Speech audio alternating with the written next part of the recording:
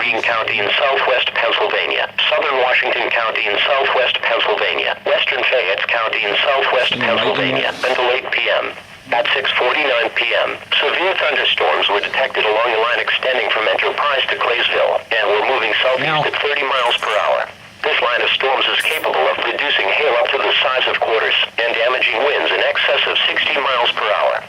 Locations impacted include Claysville, Enterprise, Washington, Swartz, Mariana, Bentleyville, Waynesburg, Jeffersonboro, California, Brownsville, Carmichaels, Nemacolin. This is a dangerous line of storms. Move into a sturdy building and avoid windows.